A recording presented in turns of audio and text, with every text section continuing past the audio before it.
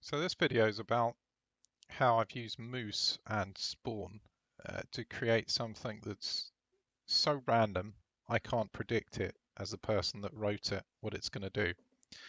And this mission is something that's not really been done well in DCS. It involves peacetime operations and more specifically the role of interceptors and how they've not really been simulated as such in DCS because we don't have too much in the way of civilian aircraft to intercept. But the majority of peacetime roles for interceptors are fairly exciting and news breaking since if you consider what it's like when a couple of Eurofighters take off and scramble to an intercept and shatter glass all over southeast England, um, and then point weapons at perhaps 416 men, women, and children sitting on an airliner, you begin to think that that there is some sort of interesting story to be had here, and it was spawned out of a fascinating Sky documentary on this.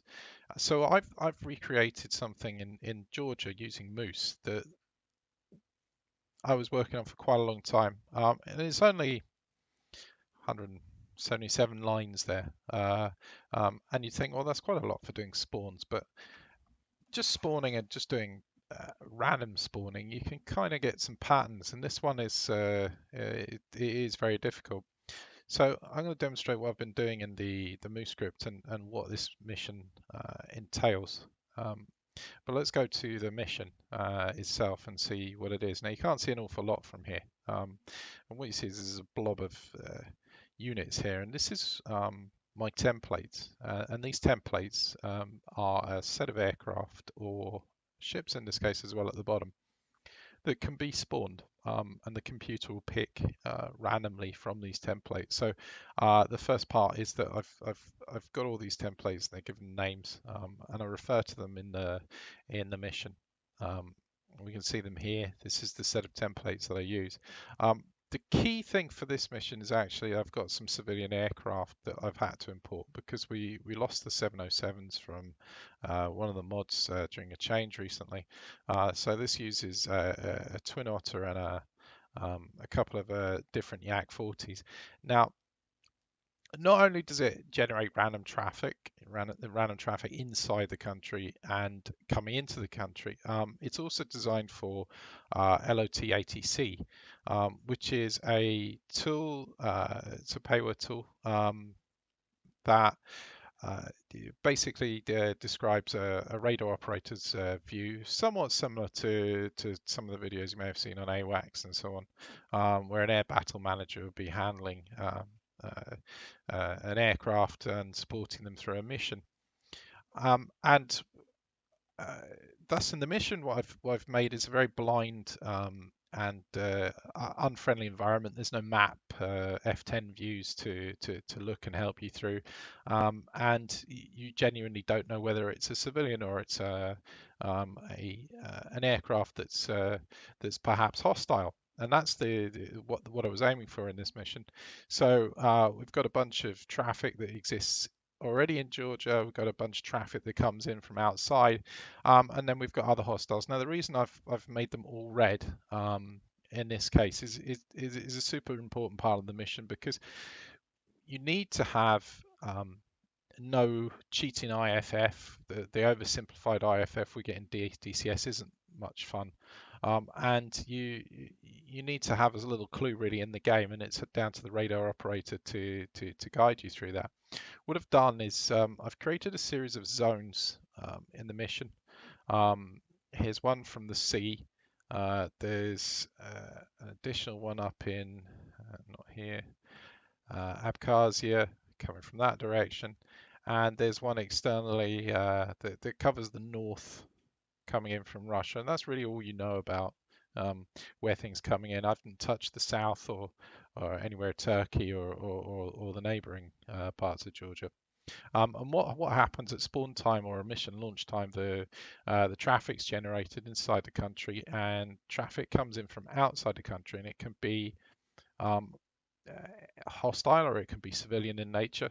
And it will come from a logical place. I've only got helicopters coming from this part because they used to pretty much crash into the mountains here, and only really bombers from the sea. Fighters can come from either of the north or the northwest. It gives it a little bit more logic, but that's about the only predictability you get. Having a look through the code quickly before I show you how it works, um, is I've created a load of random numbers that can be tweaked, and this basically scales the mission up or down how you want. The two numbers here. So, for example, let's take traffic count, which is the internal airborne stuff to start with. I've set between 4 and 8 units for that. And each one of these is traffic from a different place. So if, for example, I didn't want to have um, enemy aircraft possibly spawning at all, which is perfectly acceptable. The reason I've got it up high is for testing. But if I didn't want anything, I could set these to 0 and to 1. Actually, this is the wrong ones to do. Well, one's the enemy ones. This is the civilian ones to make sure that they're mixed in. So this is helicopters. This is um, sorry, that's not a helicopter. This is bombers and ground attack from the sea. This is fighters, and this is helis. And so there's anything between none and 2 units of each coming. And I've set up a bunch of zones as I just showed you in the mission. I've tableized these because we want to draw from them in a random way and do some random placement. Here's the actual template of all the units. If I wanted to add, maybe there was, I don't know, an airliner was produced tomorrow and I wanted to stick the mod in, I could then change them in the mission just by changing this, change it to 747 if you like, if we had those things available, and then put it back in without too much work. And then I do a bunch of spawning. And there's quite a cool little function that Delta 99 off the forum showed me is to create dynamic spawns on the fly. So rather than having a fixed amount of spawns, so for example, for this one, I have it's fixed and I know it's going to be there, or I know it's going to be generated. For this, it's creating a spawn and then it's iterating through a random number, and then it's generating the spawn, so it could be any amount of spawns. So and if there's no spawns, for example, in these cases, I don't even bother to um, generate the spawn. So and there's ships as well. So let's have a run through what the mission looks like when it loads. I've got this running on a dedicated server in the background. I'm going to show you from the LOT ATC point of view, well, the radar contact officer. But the premise is that you have a known radar picture at the beginning, everything's friendly, and then things will come into your airspace and you need to deal with them. And DCS just decided to crash. Fair enough. Okay, so we'll go straight to the demo. So here's the view if you're a god, and you can see everything. As you can see, there's quite a lot of traffic in here, but we've also got traffic that's generated a little bit further afield. Some are still coming in. DCS has a problem with crashing into the hills and things still.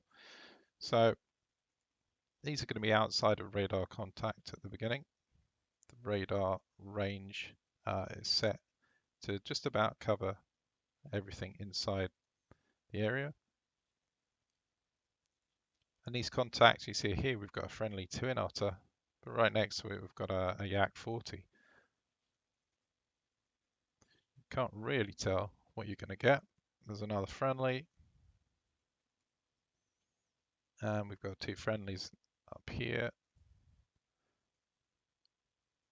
So nothing bad coming from out of the north.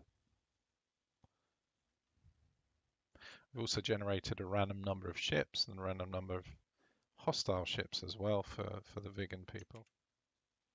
Okay, so what we had already done was we'd set up all the blue targets, and we can see we've got unknown targets coming in. Sorry, unknown targets or bogeys or tracks of interest.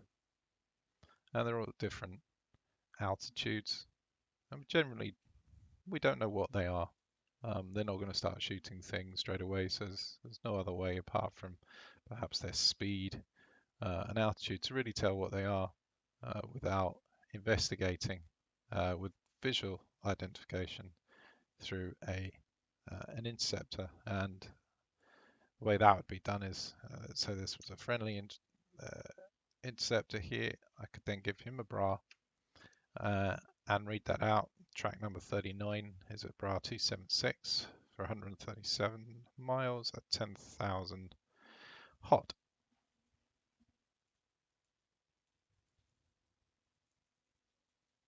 Now, another feature of this mission is that we have a playable civilian aircraft that can be entered and played with. Let's go, sorry, that's in the red. So we've got 3 Yak 40s here. Now these can be used to simulate an intercept from a player's point of view, playing as the intercepted aircraft. And they have all got the ability to do something pretty nasty, which is, if we have a look from the F10 menu, explode. Springfield 1 is RTB at 6. So you can genuinely play the role of a hijacked aircraft and create utter mayhem, or you can roleplay it how you like.